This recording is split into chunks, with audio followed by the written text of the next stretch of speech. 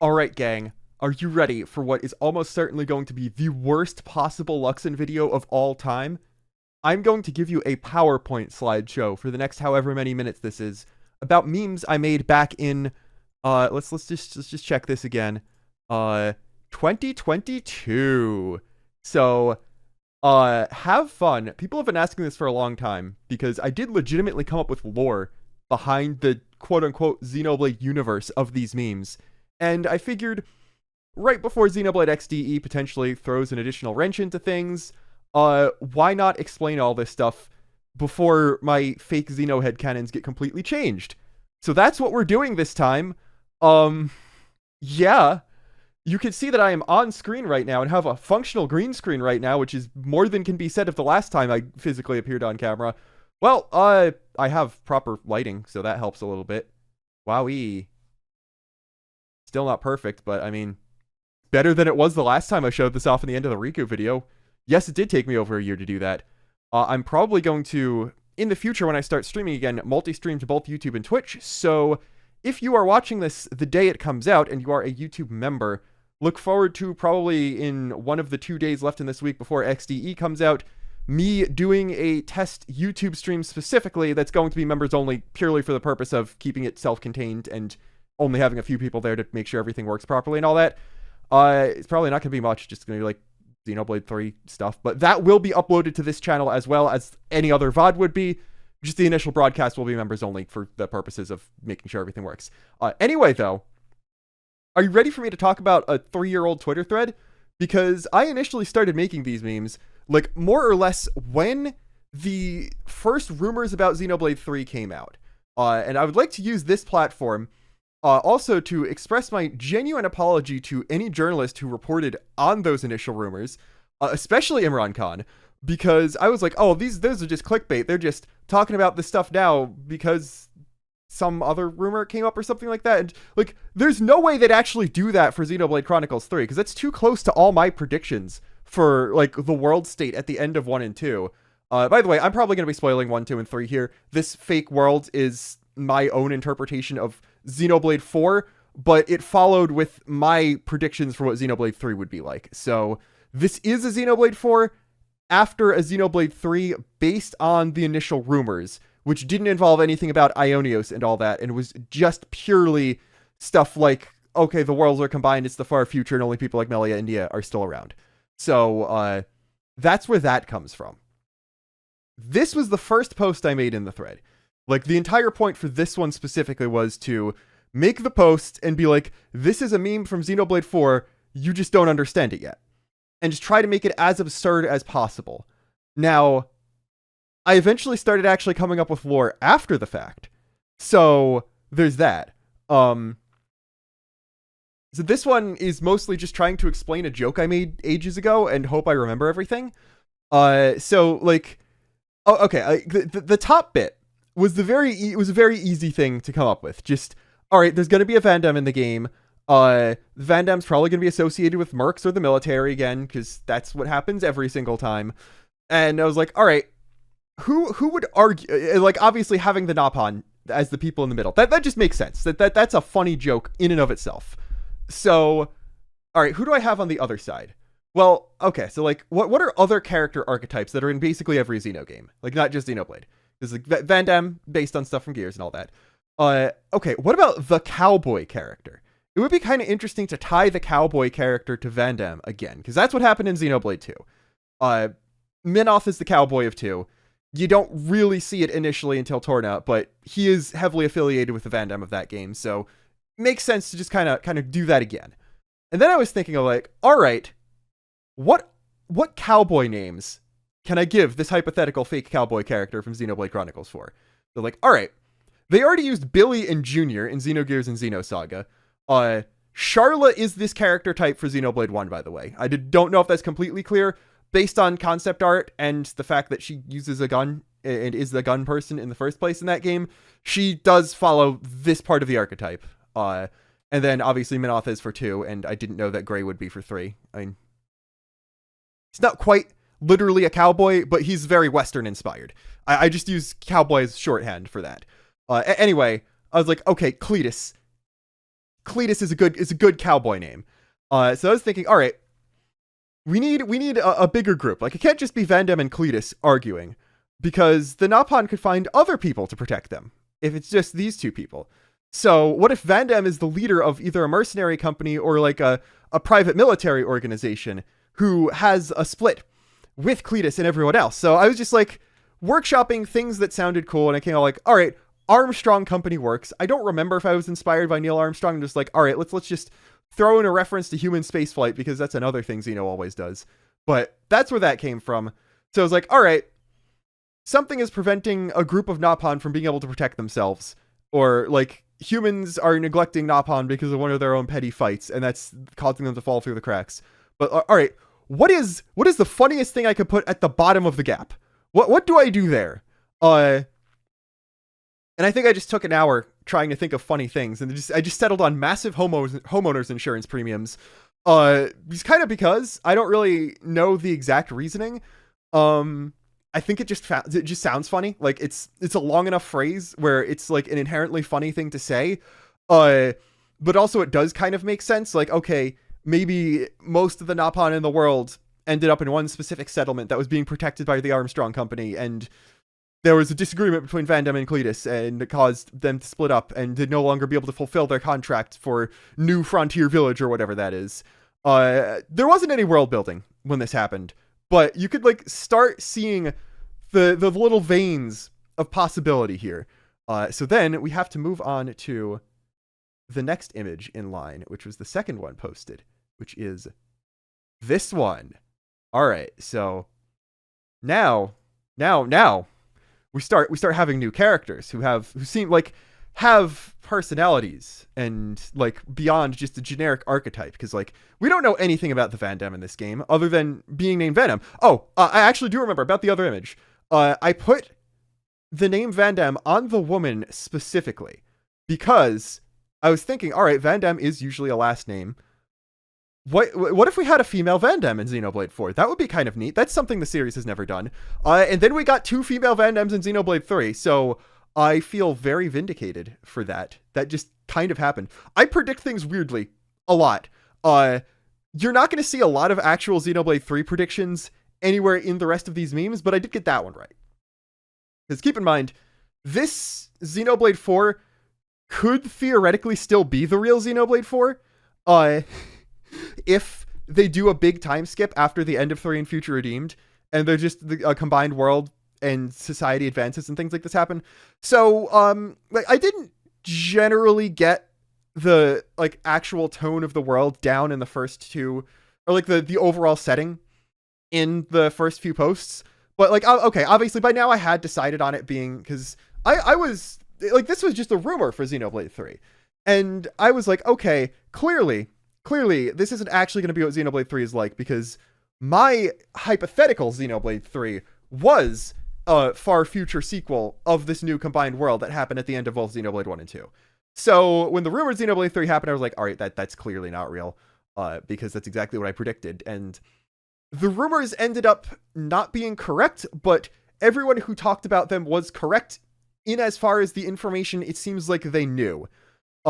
So like they made reasonable extrapolations about what the story would be like based on the little bit of information that they'd gotten from whatever source or whatever.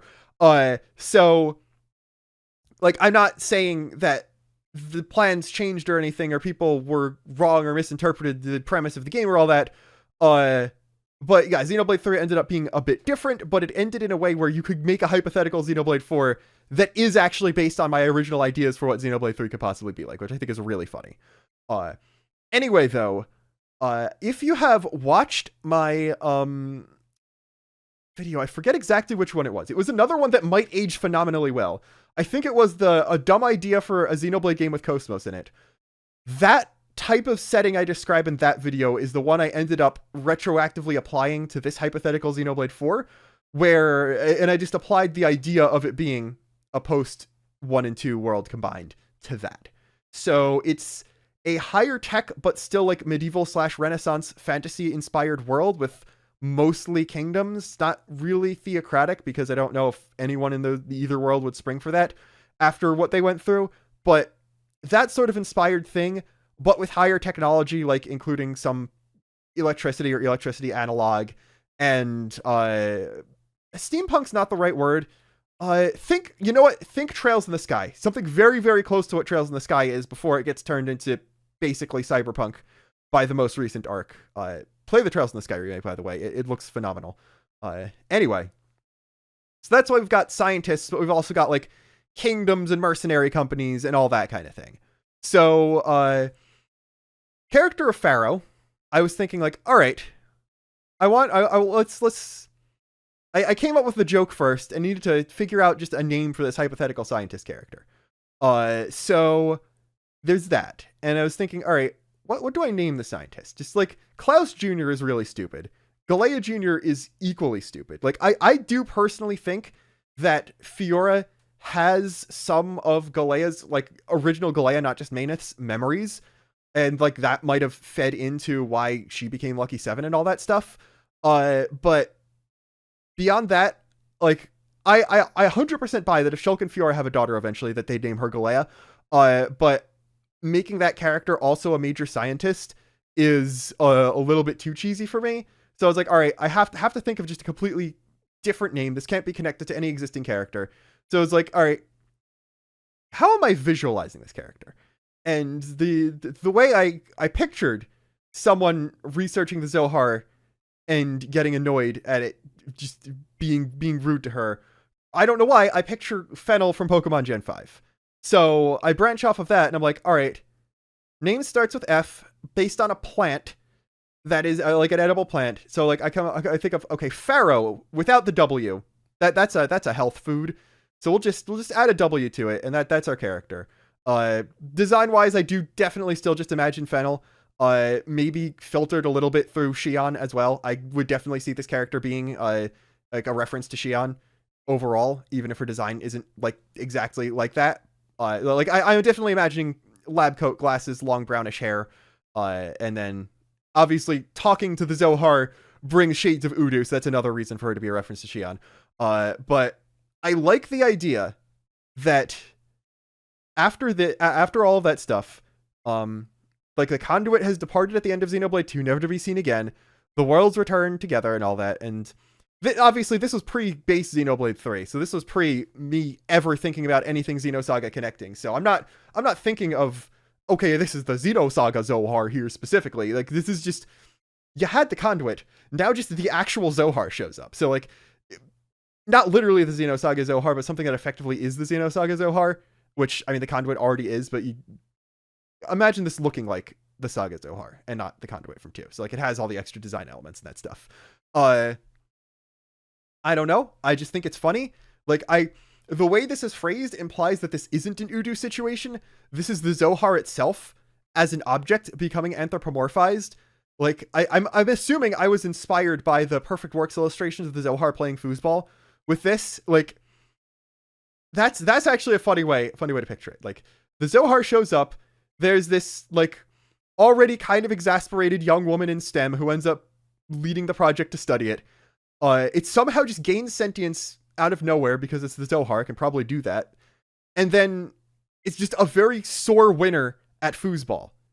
Like she tries to connect with it by playing board games and stuff, and it's just always wins instantly because it's the Zohar. It can be smarter than any human scientist, and then just always gloats about it. That I think is really funny. And like, I don't know. Like there are several characters who would definitely be party members in this game. Like Cletus is 100% a party member. None of the characters I talk about here are the actual protagonist. That I think is a very interesting wrinkle to bring up. Like these are all just other party members. I am not sure if Pharaoh herself ends up becoming a party member or is just a very important supporting character. Like I imagine, despite being a Xion reference, she could be the Miyuki of this Xenoblade 4, but more important. So yeah, like Miyuki plus Vinaya, I think is kind of how I'm seeing this character, where she's not a party member, but she might like design the mechs for some characters and that kind of thing, and is generally like probably a top 3 most important non-playable heroic character. Like that sounds like a lot of stipulations, but I don't know. It like it's still you know what I'm getting at with this, at least I think. So there's that. I also do love the idea of the actual Zohar showing up in a medieval fantasy inspired world, because that's obviously not a thing that would ever happen in a regular Xenoblade game. Like, it might happen in the future, we don't know that, but that's something that hasn't happened yet. So something you'll see is just a lot of these bits are based off of things that I think it would be neat for Xeno to explore through its lens, like twisting Xeno tropes in their own interesting ways. That makes sense. We can move on to the next image now. We've got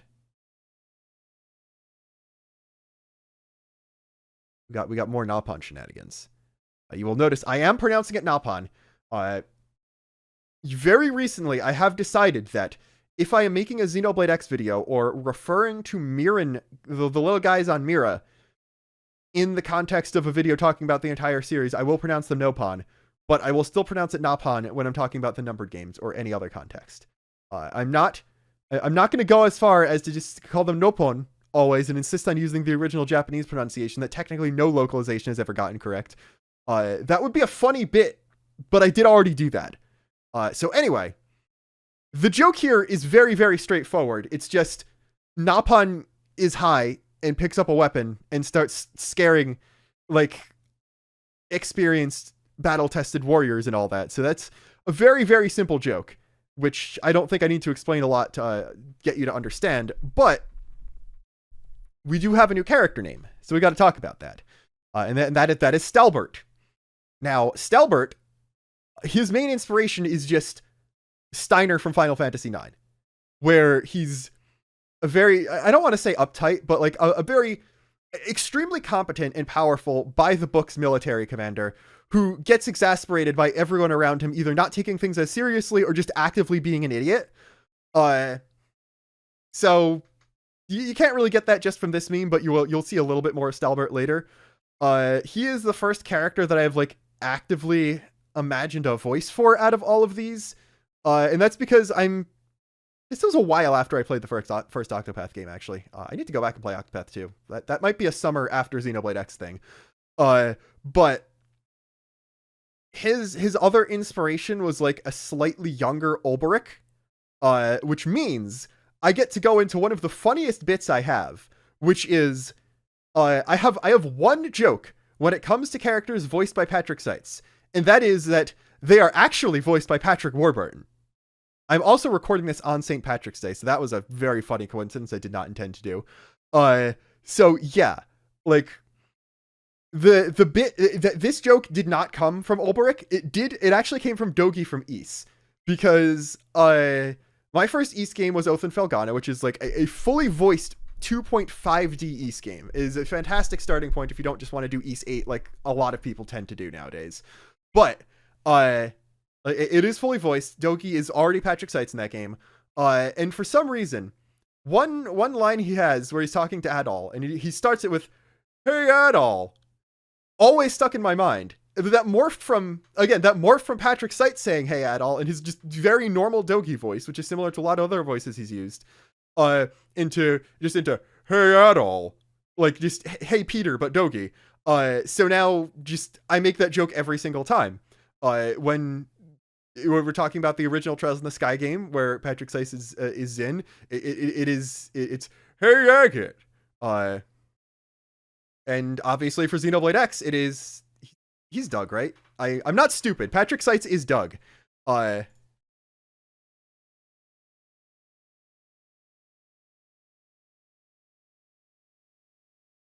Okay, yes it is. I needed to double check because I mistakenly peddled that Xenoblade X Van Damme was John DiMaggio for a very long time, and I don't know why I never looked that up to confirm it. But yeah, so with Xenoblade X, it's "Hey Elma." So yeah, that's Stalbert is Steiner cross Ulberich, but just inexplicably voiced by Patrick Warburton. So you'll notice here though that I mentioned as like he's a reference to Steiner, so you'd think he's associated with like royalty or something like that, but I have him here next to the Armstrong Company. Well, this is where the plot actually comes in.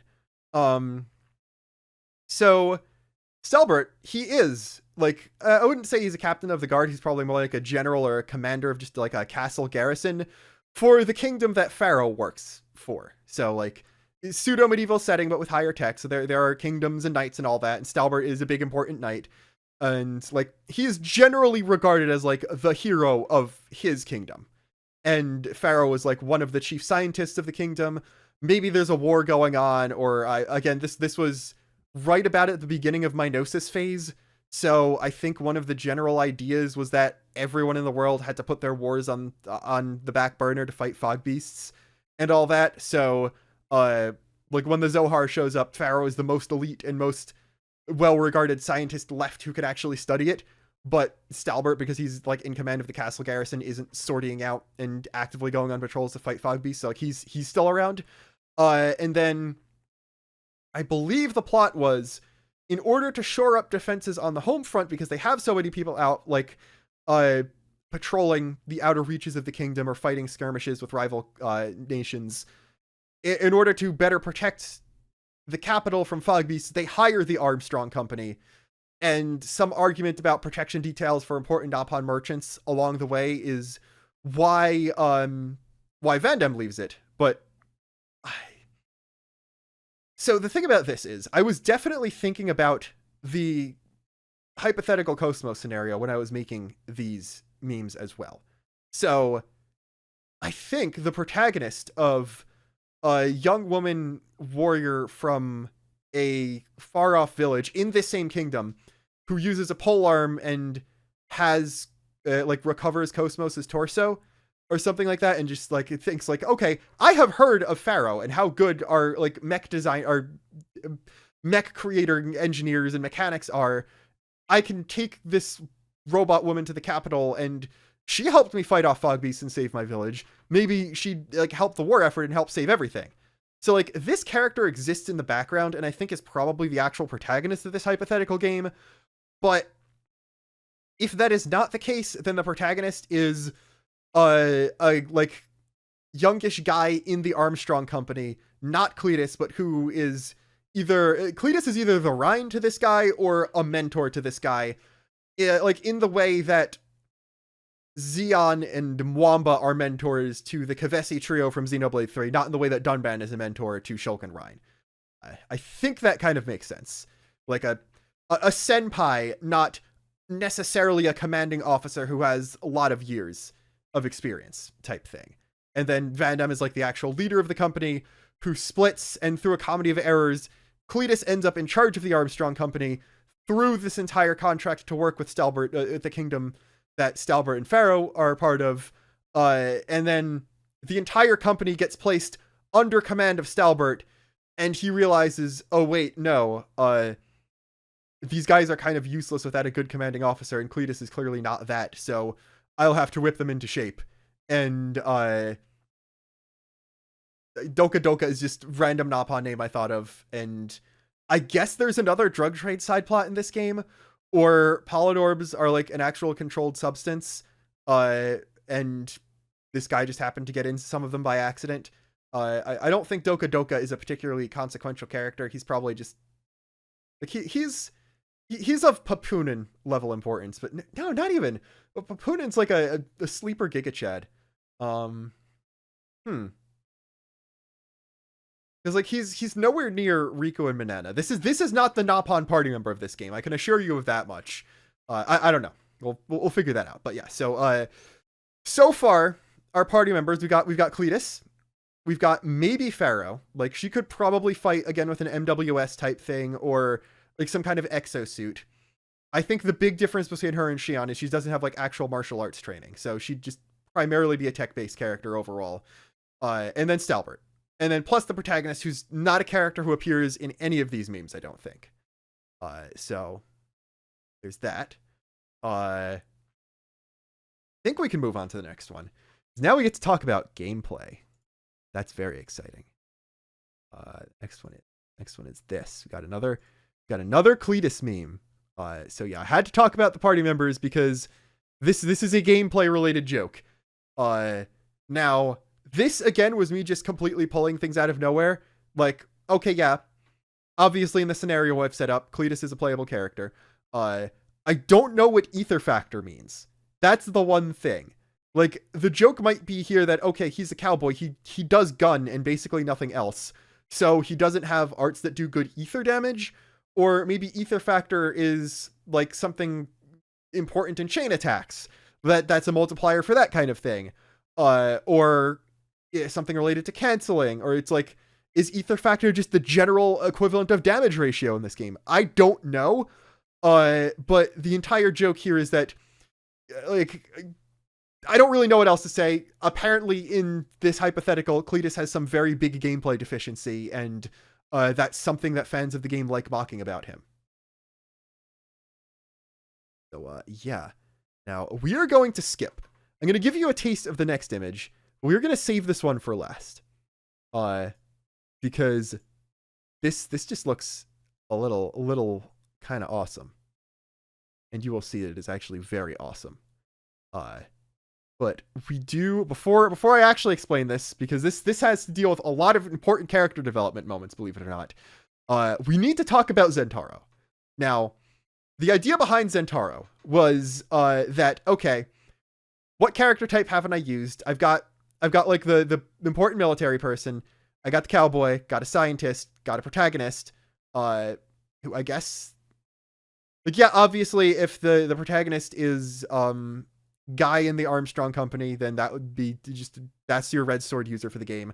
If it is spear using girl from Village, I don't think she has the red sword. I think the user of the red sword might not be the protagonist of this Xenoblade game in that situation, which is kind of interesting. Anyway, though, Zentaro was literally just, all right, I haven't come up with a Chuni character yet. We need to figure out who the Chuni character in this game is. So I was like, all right, you know, a weird trope I kind of like is when media gets very close to making a title drop, but not quite there. So I was thinking, like, all right, you know what? A weird thing that I actually really like about Xenoblade 2 is Zenobia. Now, this is just a name changed for localization, so this isn't her original Japanese name. Like, I think her and Electra are Raijin and Fujin thing. So her name doesn't have Zeno in it in Japanese, but like, okay, so you have a character whose name starts with Zeno, but she's a completely optional character who has no important bearing on the story whatsoever. I don't know, I think it's kind of cool when you flirt with a title drop, but don't make it important in any way whatsoever.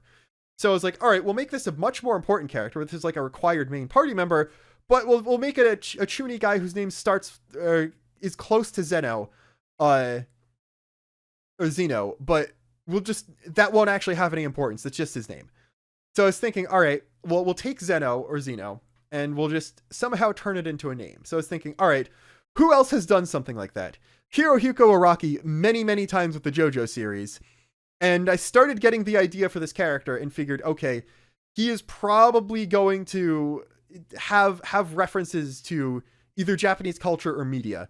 So we should give him a Japanese inspired name. So I was like, all right, I will literally do the exact thing that Araki did with his two Japanese JoJo protagonists. So we're going to go with either Zentaro or Zenosuke. And I decided I like Zentaro more because I believe it is an actual name, and because even the Japanese name Xeno characters, their names are just always written in katakana. So with Zentaro specifically, you could just take the ta out of his name and you would just have Zeno. Or not really. You'd have something very close to Zeno, just by removing part of his name. I forgot how katakana worked for a second there. Don't worry about me. And I think that's kind of cool. So, what is the theme behind this Chuni character? Well, you'll notice that I do not have a samurai character anywhere here at all. Neither version of the protagonist is that. The main mentor character for the party would obviously be Stalbert, and he's a knight. He's definitely not that. So who is the samurai? Who uses the curved sword in this game? Well, that would be Zentaro. And it goes a step further. Zentaro's main inspiration is tokusatsu. Now, I'm not actually a big tokusatsu head, so there are going to be a lot of very surface level jokes with this character, but his entire deal is that he is the 6th ranger for a samurai aesthetic dragon-themed, affectionate parody of a Sentai team from a country that is not where the main characters are from. Also, you can see here, I decided on the name Silmorn for the nation Stalbert and Pharaoh are from, because I think that sounds cool. And that was literally the entire plot, the thought through that. Like, maybe they're the Kingdom of Dawn, and there's also a Kingdom of Dusk that's a rival or an ally or something like that. Or they're the big nation in the Land of Dawn or something like that. So, like, maybe the Morn comes from something, but I think I was just mostly inspired by Thanalan naming conventions from Final Fantasy XIV. So I just took Sil D and added Silmorn because I thought it sounded cool. But yeah, so from a nation other than Silmorn, in addition to their like regular military or something like that, or maybe there's just like I didn't get like the setting behind Zentaro completely nailed down. Maybe he's just like because like they're a Sentai team, so maybe they protect one specific thing from one specific kind of threat. But either way, his entire team comes from a village in the mountains that is built around the caves where some ancient dragons are sleeping. Now, these are not normal Xenoblade dragons. These are like sentient magic dragons that can grant them power, which is how they transform and do all their stuff. I don't think that like the dragons are not this ranger team's mechs. That is the crucial thing here. The dragons are their source of power, and presumably near the end of the plot, the dragons would wake up and like help out in a big battle, but they have regular mechs that are just custom versions of the same kind of mech everyone else in the setting is using. So the dragons aren't entirely part of that. But so there's like 5 big ancient dragons for the primary colors, or for some arbitrary set of 5 primary colors, and the legion, or there's like regular soldiers from this village, and then the most powerful chosen warriors become the 5 people who get endowed power by these dragons to become the members of this fake ranger team, basically. So I believe the name I came up with was the Wyrmspring Legion. Now, worm, WYRM, just like dragon, and then spring like the season. So the idea is they protect the dragons from all threats until the hypothetical time of the Wyrmspring arrives, which is when the dragons awake from their slumber and bring this isolated mountain village. Like, I'm guessing they're like the most powerful village in just like kind of not directly controlled by any nation, mountainous region that has harsh winters and stuff like that. So these samurai do like a lot of harsh training in cold mountains and stuff. And when the Wyrmspring arrives, the dragons will come, they'll heal the land, which maybe the land was scarred in a previous battle, and that could eventually be tied back into something that happened in Xenoblade 1 or 2. Like, this is a reinvigorated Temperantia or Tantal or something like that, or Valak Mountain lost its mojo and the dragons will come and revive it eventually. So the Wyrmspring comes when the snow on the mountain melts and everything begins to grow again. I don't know, like something like that. I guess it's also kind of fantasy inspired as well, with the idea of the long winter ending or something like that. And then so yeah, so like the idea is that these are not dragons as they show up in Xenoblade 1 and then later in Xenoblade 3. So there's a little bit of wiggle room. Okay, maybe these aren't just sentient dragons, maybe they're actually sleeping sentient Telethia that somehow regained their sapience, and that would get tied into previous Xenoblade games as well. I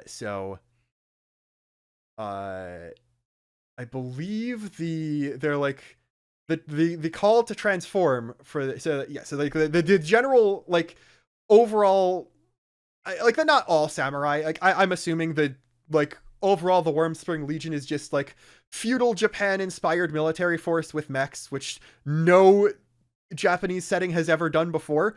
So like the overall military is the Wyrmspring Legion, and then there's the guys with powers who can transform and have their special superpowered mechs that come from the dragons. They are, if legally we can get away with it, they are called the Wyrmspring Rangers. And I believe I don't remember what colors all of them were. I don't know if I ever figured that out. But so there's 5 of them that are just from the village, and they're I believe their call to transform is uh ancient dragon, hear my call, and then yada yada, whatever the rest of the team's entire deal is, and that kind of thing. Zentaro, because he is the Chuny character, he needs to have the most generic shonen protagonist backstory of all time. So like he obviously, like, he's represented by the crow here because the crow is makes sense for the meme. Yes, I know I said we're getting back to this one. We will still get back to this one later. I just need to explain Zentaro before I go forward for whatever reason. I just kind of think I wanted to, because Zentaro it would be a fan favorite character in very similar ways to Zeke. But so like, okay, yeah, he's bullied. He's an outcast for not for the reason Naruto is an outcast. He's just kind of inspired by, like, I guess he's inspired. He's both Naruto and Sasuke, if you really think about it. But obviously he becomes the Black Ranger.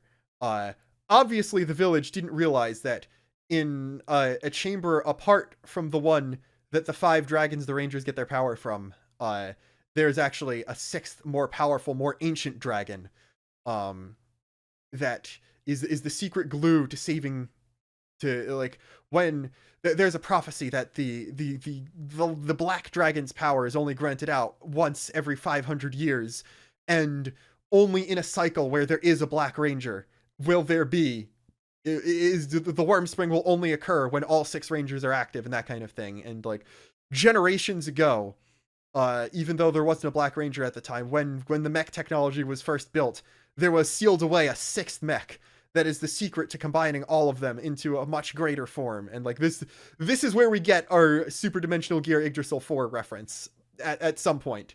Like I kind of envisioned it that yes, there is mech combat in this game, so that does kind of draw from X, and I guess the other Xeno games, obviously. But that's a thing. I'm going to check my business email for a second. I do not have any new messages on my business email. Okay, never mind. So that happens. So like normally Zentaro uses just his regular mech. He just gets in that and just does that for his mech combat. The actual combining into the big thing is saved for either very special gameplay things or cutscenes only. Like you can't use that regular battle even as a talent art equivalent or something like that. But Zentaro's talent art, like, he definitely starts detransformed, and then he transforms and buffs all his attacks, and they get like bigger, longer animations, but a lot more power. And he calls them out much more dramatically when he transforms, and that kind of thing. So eventually, like, he gets the power of the Black Dragon, but he needs to learn teamwork because it goes both ways. No one paid him any mind or was kind to him when he was young, but he also never learned to work with others because people weren't around him. So he eventually, like, for reasons that were not his fault, he was ostracized. But also, being ostracized means he has no social skills and no idea how to, like, actually fight as a team. So the rest of the Rangers think he's annoying and will only call on him when it's actually necessary. So he ends up going to Silmorn to train with their renowned knights to, like, learn teamwork and honor and all that stuff, and happens to arrive at the same time as the Armstrong Company.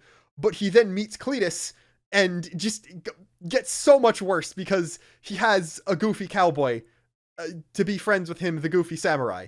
I know his call is different because he's the 6th Ranger. I believe it's Elder Dragon Grant Me Strength. It sounds more extra, and because he's a Chuny, he acts like he's less in an equal partnership with his dragon. Like the others are just like, this is my plea. Please grant me this power and allow me to transform so I can better protect you and my people. Zentaro's just like, bro, buff me right now. So that's how he works. But yeah, just knowing this character's out there and that additional piece of world building is, I think, necessary to understand some of the later memes to a full degree. I cannot believe I just said that. I cannot believe I talked for 40 minutes about my fake Xenoblade 4 that doesn't even follow from the existing Xenoblade 3. Why am I like this? Anyway, so that's why Zentaro exists and why he's that kind of character. It's like his main weapon is the katana. He probably just gets like a second katana or some kind of blaster when he's transformed, so he doesn't like, you don't have to equip him with a second weapon or anything like that. Don't know if I remember if I came up with any actual attack names for him besides the one you can see here. But voice wise, now initially, the thing is, because like, okay, yeah, so most of these characters are inspired by either previous Xeno or other characters that like were not numbered Xenoblade, so you wouldn't think that they would have a British accent. That's the thing. In my mind, this game does use a British voice cast. So like, I guess I'm imagining Stalbert to be voiced by British Patrick Warburton and not the real one, if that makes sense. But like, yeah, Pharaoh, her primary inspirations are Xion and Fennel. Fennel barely appeared in the anime, but she was voiced by an American there, and Xion has an American accent as well. So like, I guess just imagining them as British versions of these characters, which just goes to show Zentaro, even though he sounds a lot like Zeke, I'm sure, is younger. Like, I imagine that he's younger. He's like 18 or 19, no older than 20. So he doesn't have like additional air of deep voice and like slight tinge of maturity that Zeke has, just because Zeke's in his mid-20s. So I kind of imagine him sounding more like a Bart than Zeke, which is a problem because, again, Bart is not voiced by a British person. So he would sound American. So I mean, I guess like, just imagine British Bart from Xenogears. I have started watching G Gundam recently, though, in the dub, because I think that style of dub lends a lot to the vibes of that series, which is peak, by the way. So now I've just kind of instinctively also started imagining him as Domon. So that's a problem. That's another American accent character that I'm now envisioning this character as. But I guess just British version of one of those guys, or both of those guys. Now we can move on to first music meme. Now, so now I don't know if this was before or after I hopped on the Malos is going to return train. That's the thing. So I'm fairly certain. So this was after Future Connected. So this was, I already had the theory that Future Connected was the backstory of Telethia the Endbringer from X. So I don't think that the backstory of Telethia the Endbringer was going to be a big point in this game either. I think I'm just going, I made this based on the idea of just that they're going to make Endbringer a thing that shows like that. That's just a new recurring title starting in Xenoblade or Xenoblade X. That's into, it's going to be in the upcoming 3 and it'll be in this 4. So I don't know who the Endbringer here is. My gut tells me maybe a rival character. So like maybe this is Zentaro's childhood friend who becomes an evil ranger, getting power from the Fog Beast, or an evil dragon, or like a corrupt Telethia or something like that. I know that kind of makes sense. Like, even though Vandam is not like affiliated directly with the Armstrong Company and the protagonist or anything like that anymore, she's definitely still a heroic character, and like you could probably still, like, once you have a party that's not primarily consisting of members of the Armstrong Company, you'd like definitely still be able to do side quests involving like doing side jobs that Vandam was not able to do, or like maybe there's an entire side building thing like Garfunt or Colony 6 that involves recruiting people for Vandam's new Merc company that, like, okay, because the Armstrong Company is now affiliated with the government of Silborn effectively, so they can't just go out and do jobs like they normally could.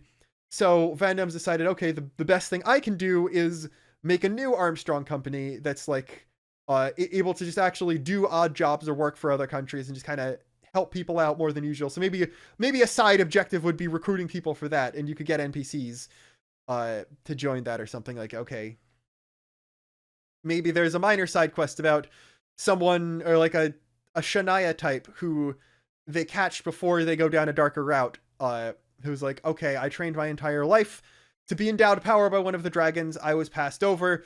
And now also slightly resent Zentaro because he got the chance from the black dragon and I wasn't even in the top 6. Like, I could have at least had solace in knowing that, okay, I was passed over for one of the 5 dragons, but maybe, just maybe, if the black dragon was to awaken this cycle, I would have been chosen. But no, Zentaro got chosen, so that makes me feel like something like that. They catch this character before they like actually make a turn and start doing villainous things, and they're like, here's how you can still help. You still learned a lot about tactics because, of course, you aimed high and thought you were going to be the Red Ranger, and be in charge. So you could be a leader. Why don't you join Van Damme's new company as the second in command and that kind of stuff, like something like that. But Van Damme's not the Endbringer. I'm guessing the Endbringer is either like, I was definitely on my Gnosis kick. I was just going to be all right, Fog Beasts are going to be a much bigger deal than they ended up being in the final Xenoblade 3. So, like they would just be Gnosis effectively. So like, I don't think this was built around the idea that Cosmos was actually going to be in this game. But it was definitely built around the idea that the Fog Beasts were going to show up and they were going to literally just do Gnosis things the entire time. And whether or not that would tie into a Xenosaga connection, no, this was pre-Future Redeemed. I was not thinking of Xenosaga ever coming back at this point in time. So it was just going to be that, okay, like at most, this was going to have Cosmos in it and never directly tie into any other Xenosaga thing. It was just going to be something along the lines of like, it's like I'm thinking about Cosmos in this. The protagonist is definitely based around the character from the setting that had Cosmos in it. But I don't think there were going to be a lot of explicit references to Xenoblade 1 and 2 in this. Like, it was going to be far enough in the future where those games did not become particularly, like, enough time has passed, nobody knows who Shulk is anymore, type thing. So yeah, I don't know if the Endbringer is just like a really powerful Fog Beast or something like that. I believe at this point in time, I was making the distinction between Fog Beast and the Fog King, where the Fog King was like explicitly a different type of being to the Fog Beasts, which is not really where Future Redeemed ended up going with the concept. Because like, you got Fog Beasts that were just the same thing as the Fog King. Like, they were just regular enemy models from Xenoblade 1 or 2 that had the Fog King effects on them, but they were just called Fog Beasts. So, and they don't do the corrupting thing. So like, they're just kind of downplayed in 3. Even though post art book, you could definitely understand their purpose and why they're there still. But so I think this was at the point in time where I was thinking, okay, the main threat, like the existential threat to the entire world prior to there being like a big conspiracy and finding out who the sentient villains are, is going to be more things like the Fog King corrupting regular monsters and people into Fog Beasts. So I believe the name I decided on was the Fog King-like creatures are going to be called either Fog Masters or Fog Monarchs. So I'm guessing that maybe in my thought process, the Endbringer for this game was going to be like a specifically big and powerful Fog Master that corrupted a lot of people, maybe almost destroyed the protagonist's village, or came very, very close to pulling a Band of the Hawk on the Armstrong Company. Which, yeah, I think I've read a lot of Berserk. I've not read all of Berserk. I think I had read some of it at this point. So I think I'm not positive. Like, obviously there's no Griffith analog here, and none of the characters from the group are based on Guts, but I think another inspiration behind the Armstrong Company was the Band of the Hawk, even if they're like a much more strictly heroic form of mercenary group. But yeah, so I think Endbringer was just like, oh, the most powerful fog creature that was corrupting a lot of big things into Fog Beasts, and is going to be like a non-sentient recurring villain early on, who probably gets destroyed about the time. I'm guessing gets destroyed at about the time Prison Island would happen, or like at an equivalent moment to Prison Island. Then sentient villains who can control the Fog Beasts and stuff also start showing up, and one of the big things that happens is reviving the Endbringer in some way, and then eventually a villain fuses with it, and Endbringer's Requiem is the boss theme. As for the other side, Far Side of Tomorrow, if I talk about hypothetical Xeno games again, you will hear this phrase again. Like, people sometimes make fun of Oda for reusing Romance Dawn all the time. I 100% understand getting a phrase you think is cool stuck in your head and wanting to use it at every chance you get, because the far side of Tomorrow is that for me. That's just a thing I think sounds really cool. I think I've said it in a video before already. If I ever talk about my hypothetical Xeno crossover game, the Far Side of Tomorrow is the name of the big spaceship everyone rides. Like, it's just something that sounds cool. Especially numbered Xenoblade talking about the future all the time. It is a cool thing to name your thing. So there's that. But yeah. These are just the names of things that would sound cool as song titles and would probably go absurdly hard based on previous Xenoblade song titles. So Xenoblade music is good. There is probably going to be no bad Xenoblade music in this Xenoblade 4. So that's that. Like, yeah, there was a big lore okay, so like, what is the Far Side of Tomorrow then? That's the thing. When does that song play? Endbringer's Requiem is very obviously an important boss theme near the end of the game. In what context does a song called The Far Side of Tomorrow play? Like, is it a cutscene thing when things start turning around? Like, is it a hype anthem? Is it a battle theme? Or is it like just a wistful longing or hopeful, but not hype type song? It's actually a really good question that I haven't thought about yet. Let's see. The Far Side of Tomorrow.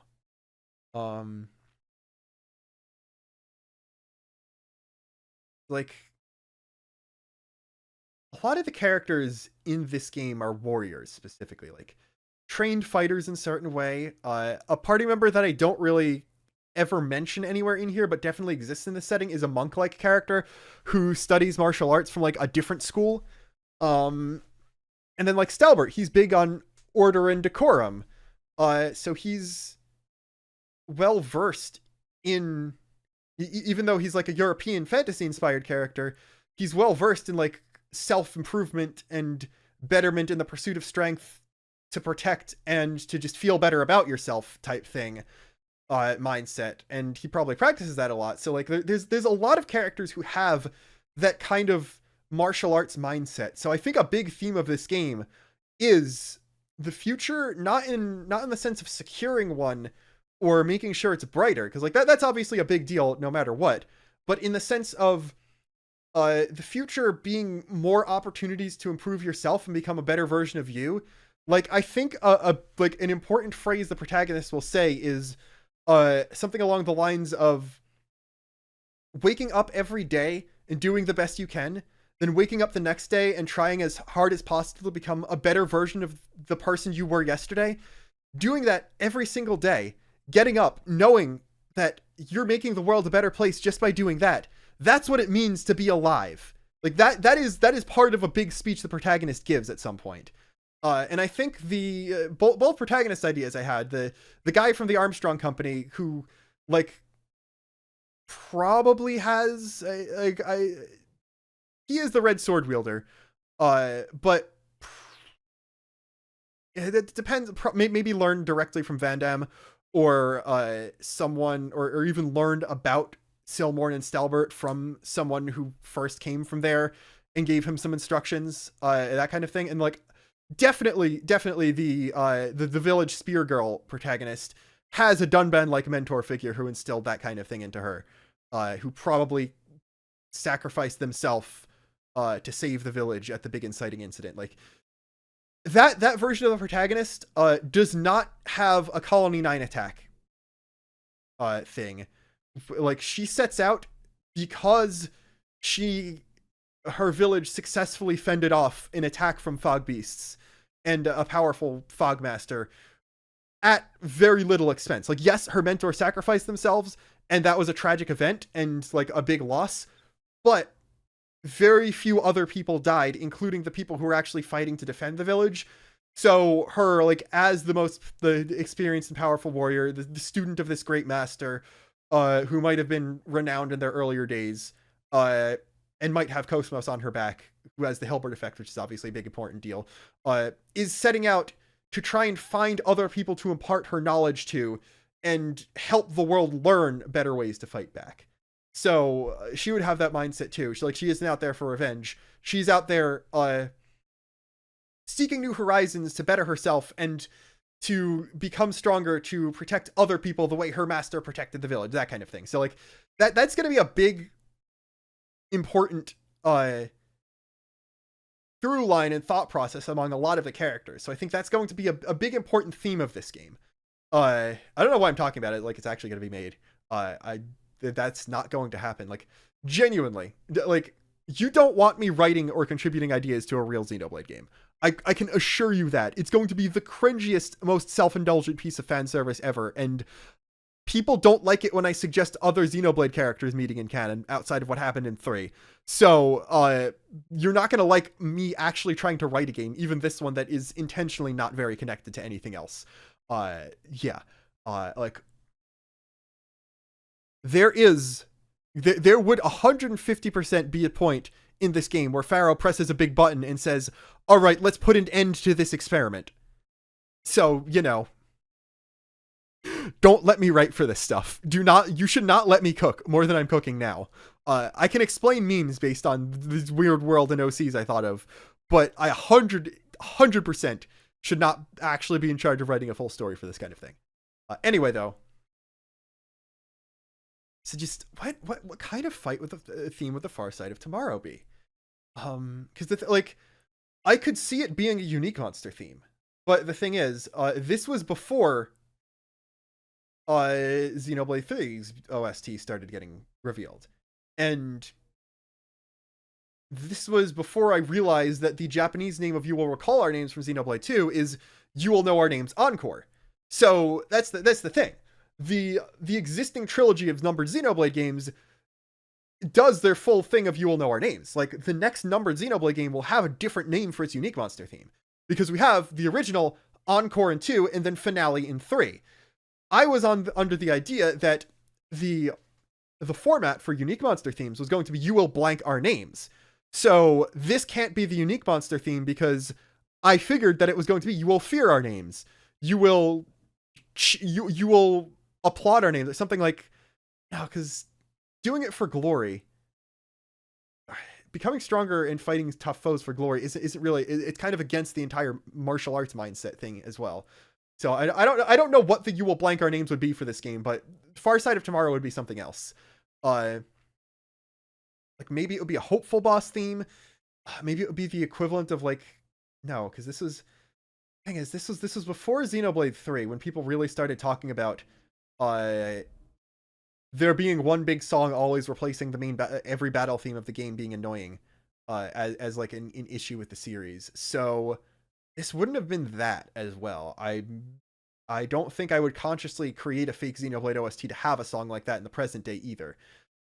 So I think I'm guessing it's either a cutscene theme or like area theme that happens after things turn around, and like an equivalent of one of the later Colony 6 themes, maybe. But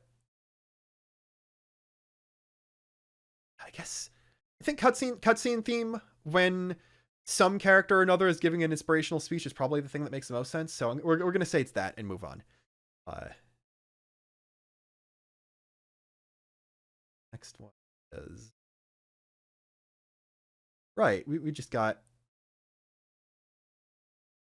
I forgot we had this one. So as you can see, Bodado is just another Nappa name I pulled out of the ether. And you can also see that Bodado has a Tatsu outfit. Now, this guy, Bodado, presumably male Nappan, based on the not changing the gendering in the first part of the meme, has outfits, which means he must be a very important character. I believe Bodado is the playable Nappan in this game. Now, do I know much more about this character than the fact that he exists? He's probably, like, got a lot of Kino energy. If he like, if I'm using baby boy baby for this guy, he's probably like a cute young Napon who's like youngest party member, little brother to all the other characters type deal. So there's that. He probably would use some Napon inspired weapon, like maybe he is either real uses a shield, because the Napon Commerce Guild shields in X are some of like the most iconic Napon weapons in that game. And yeah, so if we're thinking weapon type, that maybe, because like I'm thinking either he uses dual biters to like pay off Tatsu having 2 on his backpack but never using any of them, or he uses a shield also in reference to Napon and X and Tatsu and Lin's relationship. So maybe retroactively it doesn't make sense for him to do this because it's stepping on the toes of Yumsmith, but he might be a sword and board type character. Because thinking about the weapon types we already have in the party, I've got like, okay, so I mentioned Cletus uses probably exclusively guns unless he does like, I can't really imagine a Xeno cowboy character other than Charla using no, Billy did it a lot too. That's the thing. Is Cletus just like a dual handgun user, or is he more like in the vein of Billy where he uses a bunch of different guns? His main weapon is 100% dual handguns, but yeah, no, I have a really cool concept for the fighting style of a character who uses revolvers. I don't think he uses he is the character to blow that concept on. So he might use revolvers, he might just use regular pistols or that kind of thing. Maybe he has one physical gun or one bullet gun and one ether gun or something like that. So his ether factor is low, but if you really want him to, he can hit enemies' ether defense or something like that. Either way, like, the closest thing to a sword that guy will probably have is a bayonet if he does have a rifle. So that, there's that. Then Stalbert, even though he's inspired by Steiner, I think he would be a great sword user. Then there's a protagonist who's either a spear user or a smaller two-handed sword user. Because like the protagonist sword is usually well, I mean, the big red sword in the Xenoblade game is always one of the least realistic weapons entirely, but it usually takes the form of can be wielded one-handed, but it has a long enough grip to wield it two-handed to do bigger swings. So it would definitely be that. And then there's the monk character who'd probably just use fists, and then Zentaro, who uses some form of Japanese sword, probably just generic katana as his weapon class. So there's no sword and board character. So I could see Bodado using a biter and a shield, which might be too close to Yumsmith retroactively, but that was my thought process at the time. It's like cute, earnest little Napon guy. What is I feel like he would be like a more proper paladin type character. Because the thing about Stalbert is, like he's definitely an armored knight who uses a big sword and probably has a light theme going for him. But don't know if he would be considered like an actual paladin or more of like, you can have overlap. You saw me try to make the Xenoblade 1 cast in D&D, and I struggled very hard to not make half of the characters fighters. So you can kind of have overlap where Bodado is like a more of a Magic Knight type character because like slightly inspired by Ricky, but he's also probably that's how it would be. Bodado is a tank, or like a tank / healer character, and Stalbert is more of a pure tank. That's the other thing. I don't have any healer characters in this party. Cletus is an attacker. The protagonist has to be an attacker. Zentaro kind of has to be an attacker. Don't want to dump Pharaoh as a play like into the party and just be like, yes, the smart woman is the healer again every single time. I don't know. I never like, maybe the monk character could be another healer. I think a combat medic monk is actually a really cool concept, so maybe we'll go with that. But we'll figure that out when we get if anyone ever wants me to expand on this ever, which would be very surprising. Um, but yeah, so there's that. There's like, yeah, I guess the entire joke here is that, like Xenoblade 2, eventually the party members would get outfits that are references to other characters, and the worst thing Bodado could become is Tatsu, apparently. Like, I guess the deal with Bodado is he's a young apprentice Napon merchant who also idolizes the Armstrong Company and thinks they're heroes. But so maybe like that's it. He's probably the apprentice or child of a Napon merchant that is a big supplier to the Armstrong Company. Like, not someone who travels around with them, but like a frequent roaming merchant who does business with them a lot and likes to, like, I wouldn't say that his merchant outfit is like always 3 days behind the Armstrong Company's march. Like, I feel like the Armstrong Company is also going to have like slight Fire Emblem inspiration.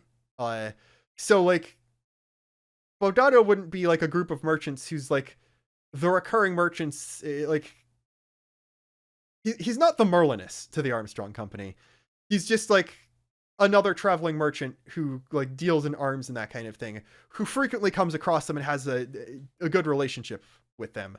And then probably meets Stalbert and the other Knights of Silmorn and chooses to leave the Merchant Association, or graduate from his apprenticeship to ostensibly open up a store in the capital of Silmorn, but also to just be around and bask in the glory of Stalbert and the rest of the knights and the all new, all different, all more powerful and honorable Armstrong Company and that kind of thing. And ends up like probably at first befriending some of the lower ranked soldiers, picking up a few things from them, and then like formally getting taught by people like Stalbert and probably even Cletus and Zentaro. It's like everyone likes Bodado. He probably ends up being absurdly broken by the end of the game. Like, if he's a tank, I could definitely see him getting maybe he's more of a support character and does have a lot of healing, but he can only heal himself for the most part, and then you need to jump through hoops or spend additional resources or use long cooldowns to spread the heals to others. So maybe, like, I could see if he gets a taunt, he's an absurdly broken character in the end game, because you could just have an immortal tank that has no problem maintaining aggro because he's also healing a lot, and then you could just make the rest of your party DPS to like completely wail on him, on the enemy. Yeah, I'm only envisioning characters in their default playstyle. I'm assuming this game would be highly customizable, like 2 and later, like X2 and 3. So you could probably make Bodado play completely differently than this, but that's just my initial thoughts for his like basic intended playstyle, basically. Now we can move to this. Okay. All right, here we go. This one, I've had these memes in my back pocket for so long that I have mentioned Banshun Seabream before, and it was in like, I want to say 2023. Like,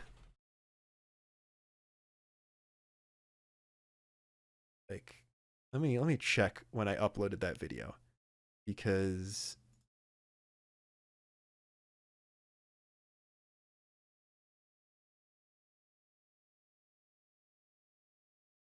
all right, unfortunately, the search within YouTube being very slow, so I'm gonna have to manually look for this, and it might take a little bit longer. No, this was, I think I made these memes and then I made the field skill videos. That was before. All right, I'm back to the end of 2020. Xenoblade 3 announcement. Then I just mostly started talking about Xenoblade 3 every week. So when did I make the field skill video? I'm sorry for this just massive side tangent.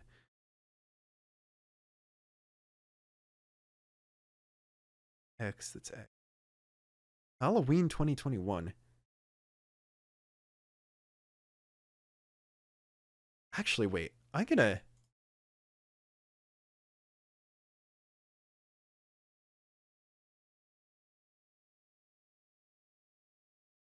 look up when I actually started posting these. Okay, no, I saved these images way later. I first started making them August 2021, so they're even older than that. Yeah, it was August 12th through 13th.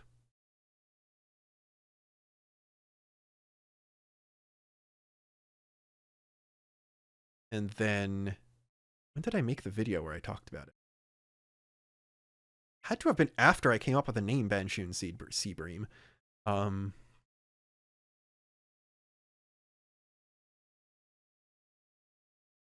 not crazy, right? Like, I made a video about field skills.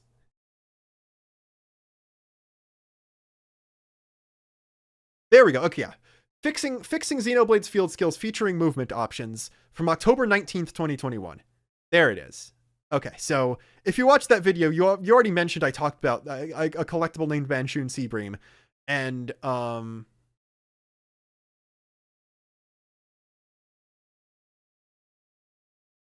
that's where that came from. Anyway, this is literally just a Xenoblade 1 meme, but replacing a couple words. It could be about black liver beans. Like that's the thing.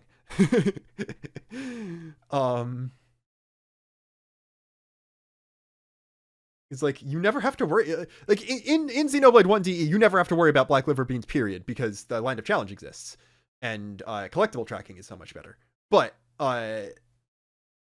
you those three black liver beans you need are just certainly something in the Wii version of the game. But yeah, obviously I'm thinking about different. There's clearly an ocean area in this game. I imagine the thing is Silborn on the coast. I don't know. I'd have to figure that out. Like as much as I love fantasy maps, I did not make a map for this setting. But you could clearly see that a Xenoblade 1 style Collectopedia exists in this game, because the Collectopedia in 1 and X is the best iteration of the Collectopedia in the franchise. Obviously 3 had one, kind of, but they were different.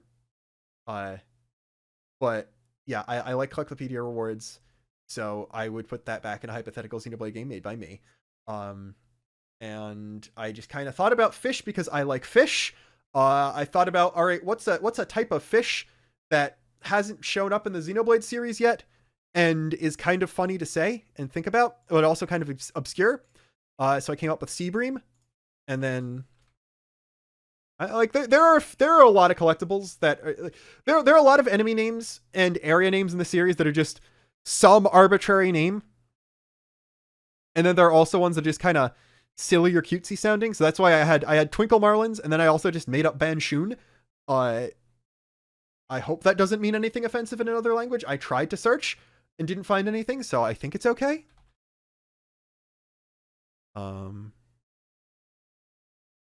Yes, I just went and double checked. There isn't a Marlin really anywhere in the series either. So I have 2 fish that you don't see anywhere. Okay, so there's just like an honest to God straight up ocean area.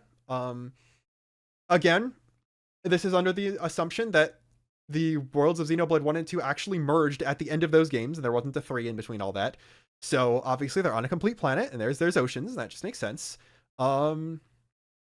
So there's a common fish collectible in the ocean and a rare fish collectible in the ocean. It's that easy. Now, did I have underwater exploration as an idea? I don't think so. I think the concept was just like, all right, a slightly refined Xenoblade 2 collectible system. That's the thing. Xenoblade 2 has the best collectible system in the series. And I want to say 1 over X has the better Collectopedia. So there just isn't a game that has the best version of collectibles for me anywhere. And who knows if there ever will be. But yeah, so like just, okay, extremely rare fish. Even increasing your odds at rare collectibles or increasing the amount you get, it's still very hard to get these Seabream, and you do need 3 of them. So there's the North Slope delivery service. Now, this It was like I talked about Van Damme's new mercenary company and all that, and that was mostly an idea I came up with while I was recording this. But the North Slope delivery service, I'm now remembering, is another Colony 6 equivalent in this game. Or was my original idea for Colony 6 equivalent. Like, obviously, you could have two. You could have, like, pseudo-merc missions and then pseudo-Colony 6 as well. But I believe the reason I chose the name North Slope Delivery Service is because of Alaska. Yeah, just the U.S. state of Alaska. And the reason I had Alaska on the mind is because of a very, very cool blog that I found a while ago. And it's not up anymore. It does not appear to have been archived anywhere. It was a project that got abandoned after only a few entries working on it, and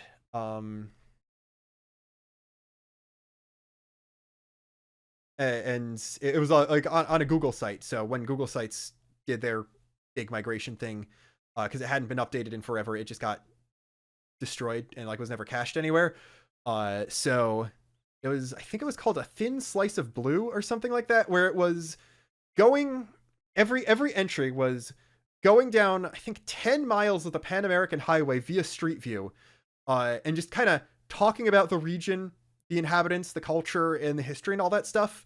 So it started all the way in the north at Prudhoe Bay, Alaska.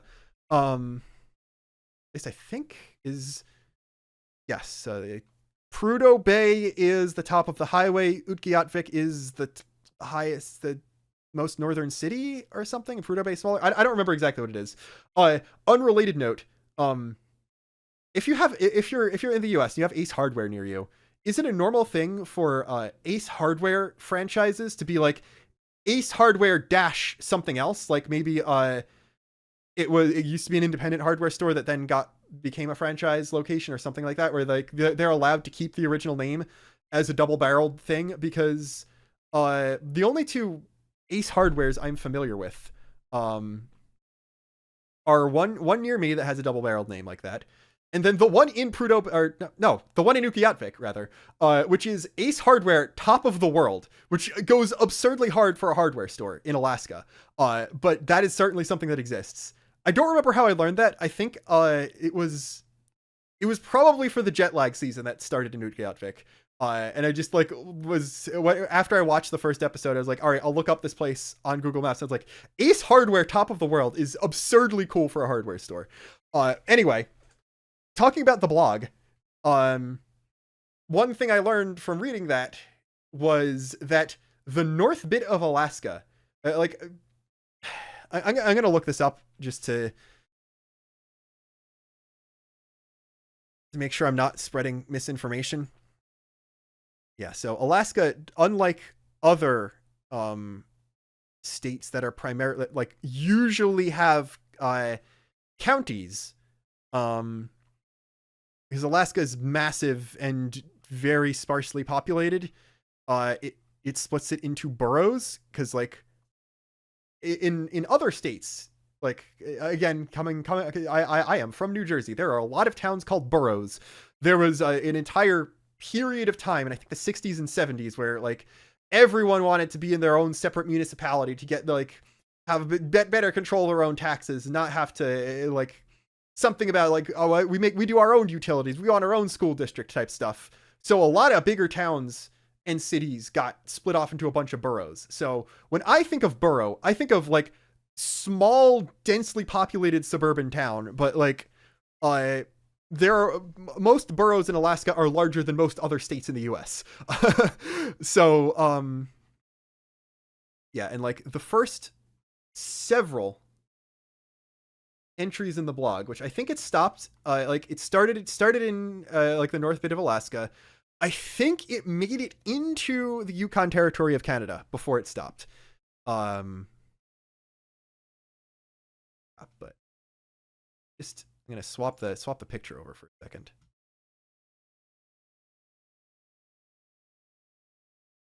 Ooh, where did it go? This, yeah.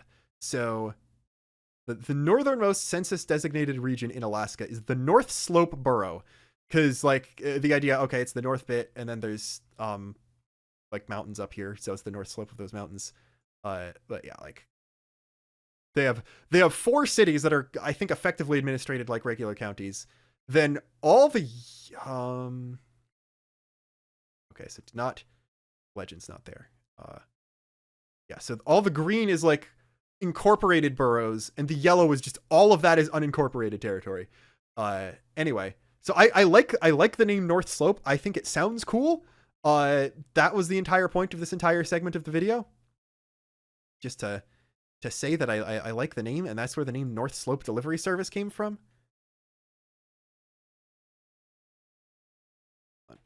I don't know how Control Z works in OBS. There we go. Okay, we will put the Alaska map back into the recycle bin. So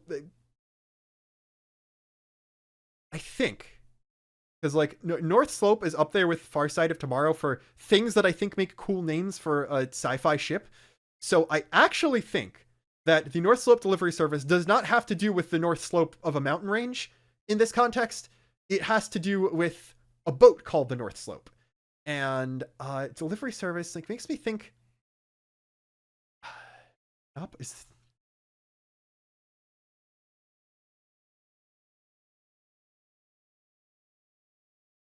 yeah, like it makes me think of the idea of Napon running a delivery service in addition to being merchants in this game. Like that's another common profession for wandering Napon out there. So I'm thinking that one of the things that happens in the game is you just eventually run into like maybe on the north slope of the mountain range Centauro comes from. There's an isolated Napon community that uses airship. No, they're definitely an airship delivery service if they're from the mountains, and their ship just is named the North Slope because they named after the north slope of the mountains where they come from. They're mountain Napon with a cool airship that run delivery to isolated communities, probably elsewhere in the range or just on islands and stuff like that. And another one of your project things you can do is provide materials to them to help increase their delivery service, and you can get rewards and stuff from that. So like one of the things is, all right, we're delivering to actually what kind of community would need Seabream? Like it can't be an island, can't be anywhere on the ocean, because if that was the case and they just needed food, they could already fish. And clearly the point of the meme is that twinkle marlins are way more common than Banshoon Seabream, and like marlins get big. So I can't see them not having food if they're on the ocean that has the marlins and the Seabream in it. So I'm guessing it's like maybe they need fish oil for something, or like someone gets maybe Gormati gets stranded there or whatever. Cat people still exist at this point in the future, and they've evolved where they like really could only digest fish and well, so they need fish to be delivered to a remote area or something like that. So we need a specific kind of fish for whatever reason, or maybe something about Banshoon.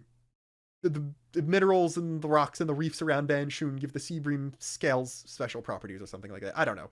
I feel like you could have a lot of fun just writing Collectopedia descriptions for the 2 fish that I came up with here. Anyway, we got one more image to go. 2 more, because we got to go back to the Zentaro Stelbert one. Why is this one big? All right.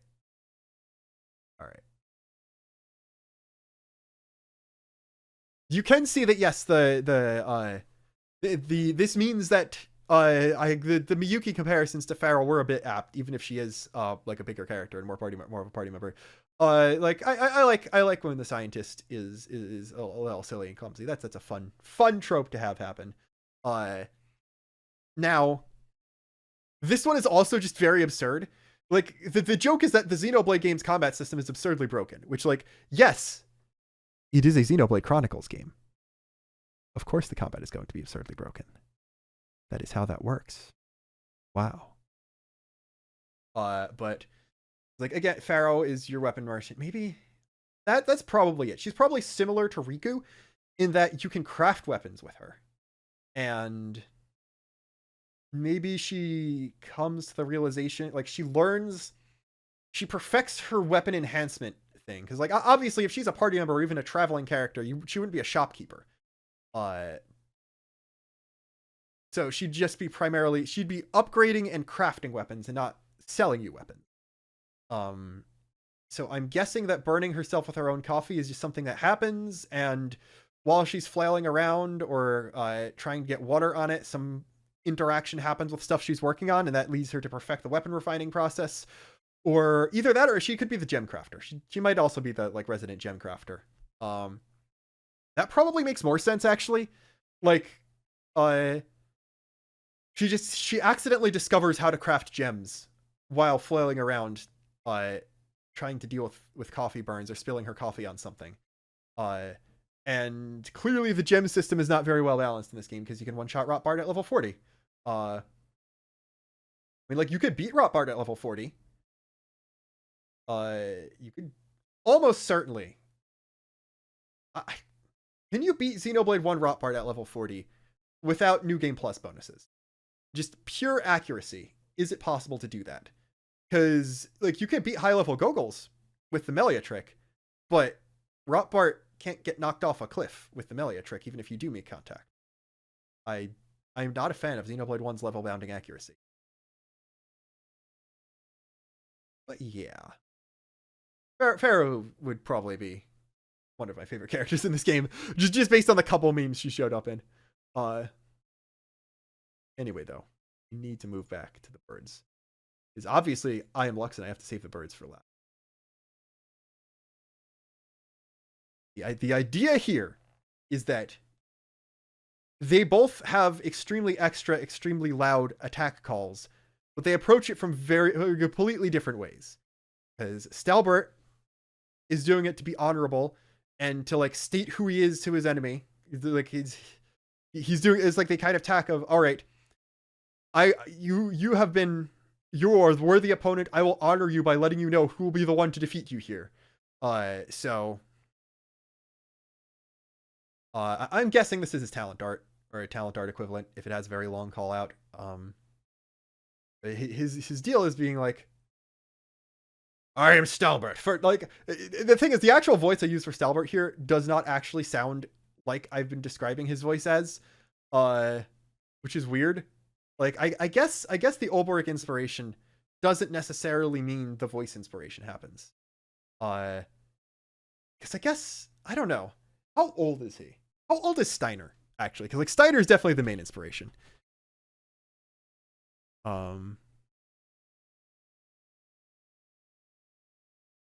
33, maybe he's a bit older than Steiner then.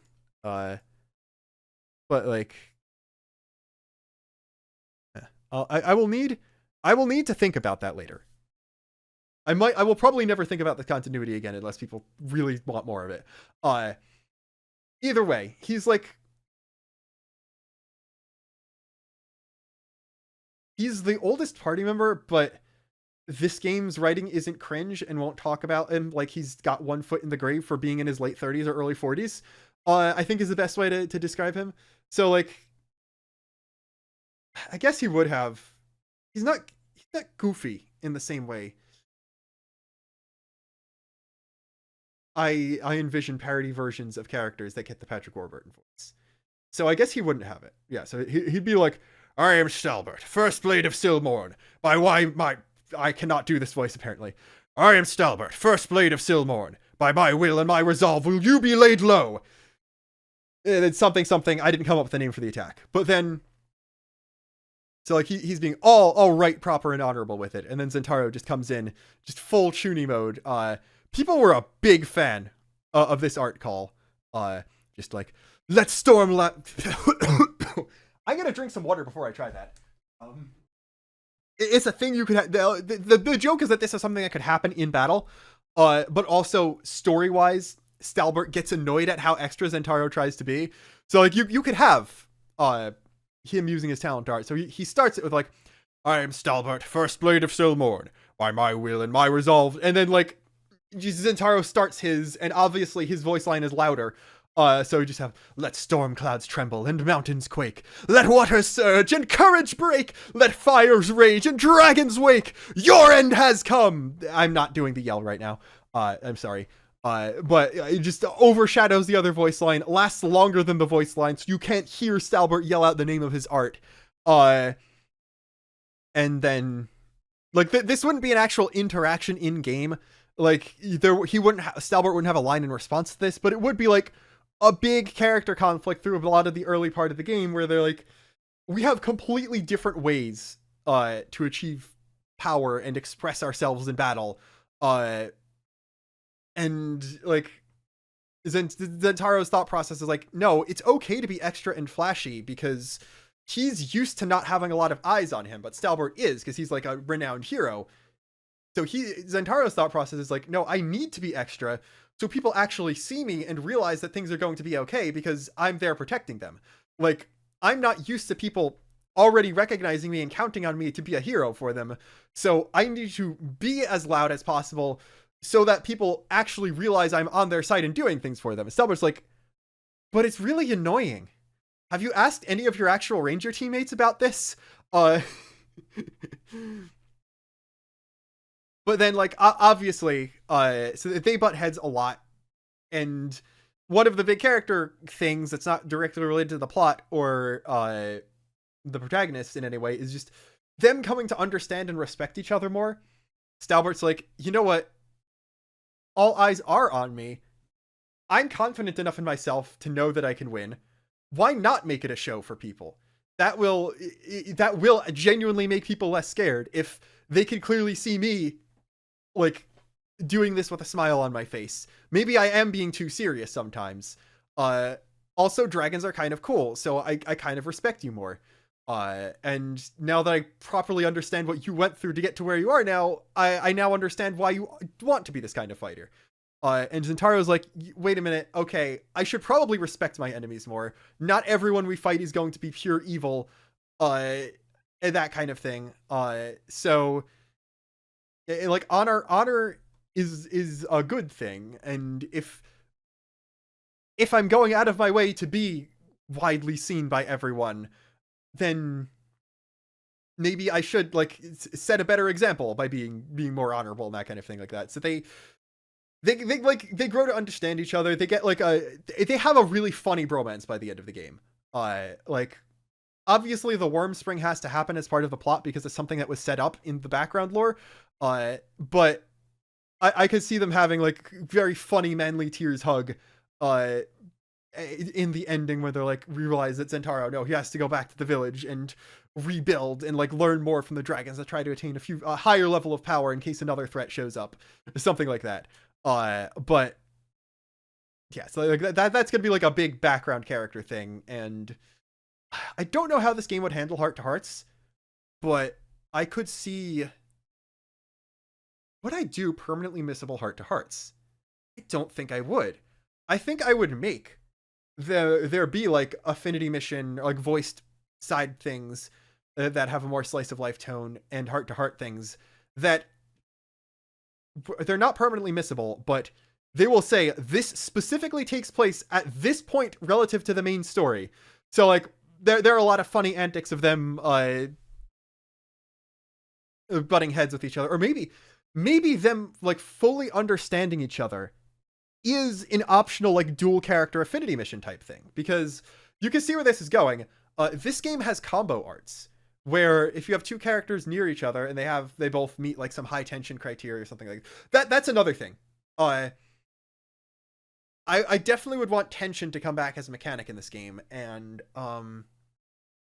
Stalbert himself would be based around it a lot. And then Zentaro also, like later on in the game or locked behind story gated character or class upgrades, would gain more as well. So they also learn abilities that are somewhat near each other as the game goes on. And then so also you can see Zentaro, he's mentioning storm, mountain, water, and fire. His entire deal is that he can use all four of the classical elements, which, yeah. So he's I don't know how much elemental stuff would exist in this game, but he can hit a lot of different elemental weaknesses because of that. Whereas Stalbert is like almost exclusively light if he uses non-physical damage at all.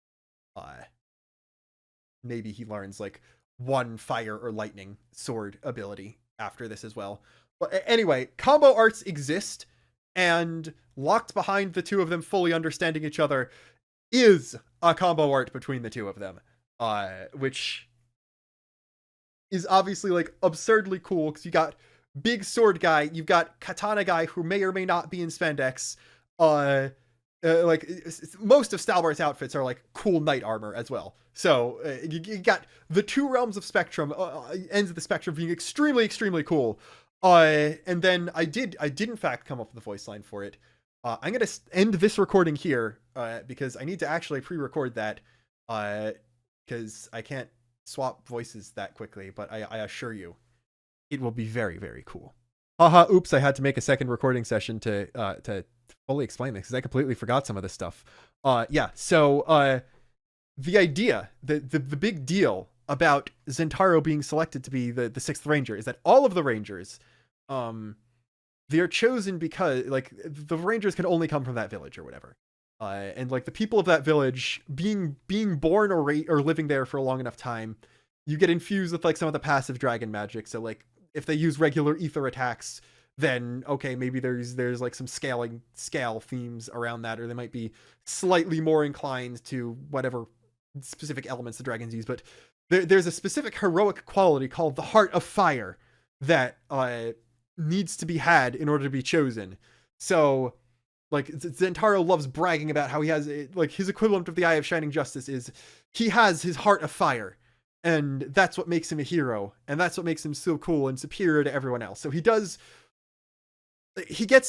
a bit too big for his own britches, going from like being rejected by everyone to being one of these chosen heroes, and like meeting Stalbert and like probably getting one shot in their first sparring match puts him down a peg, and then also gets him really annoyed at Stalbert for being the one to prove that kind of thing. But eventually, like Stalbert thinks, he's like, that's stupid. Why are you choosing your greatest heroes based on some quality chosen by the dragons? Why not just choose the best fighters you have, or the most well-rounded people to do this kind of thing? I don't understand it. And then Zentaro's like, but it's cool, dude. Also, it makes people feel better knowing that there is a special quality out there that anyone could have that inspires children. That'll make them work harder to think that maybe they'll be the next ranger or that kind of thing. And that, no, they weren't just chosen for meritocratal reasons, I guess. They, like, there is, it's like there's like, everyone can be a hero, clashing with the idea that, yes, sometimes, it's good that the people who have this special thing about them are the ones protecting us. And like, that's part of their argument. But eventually, Zentaro is like, wait, no,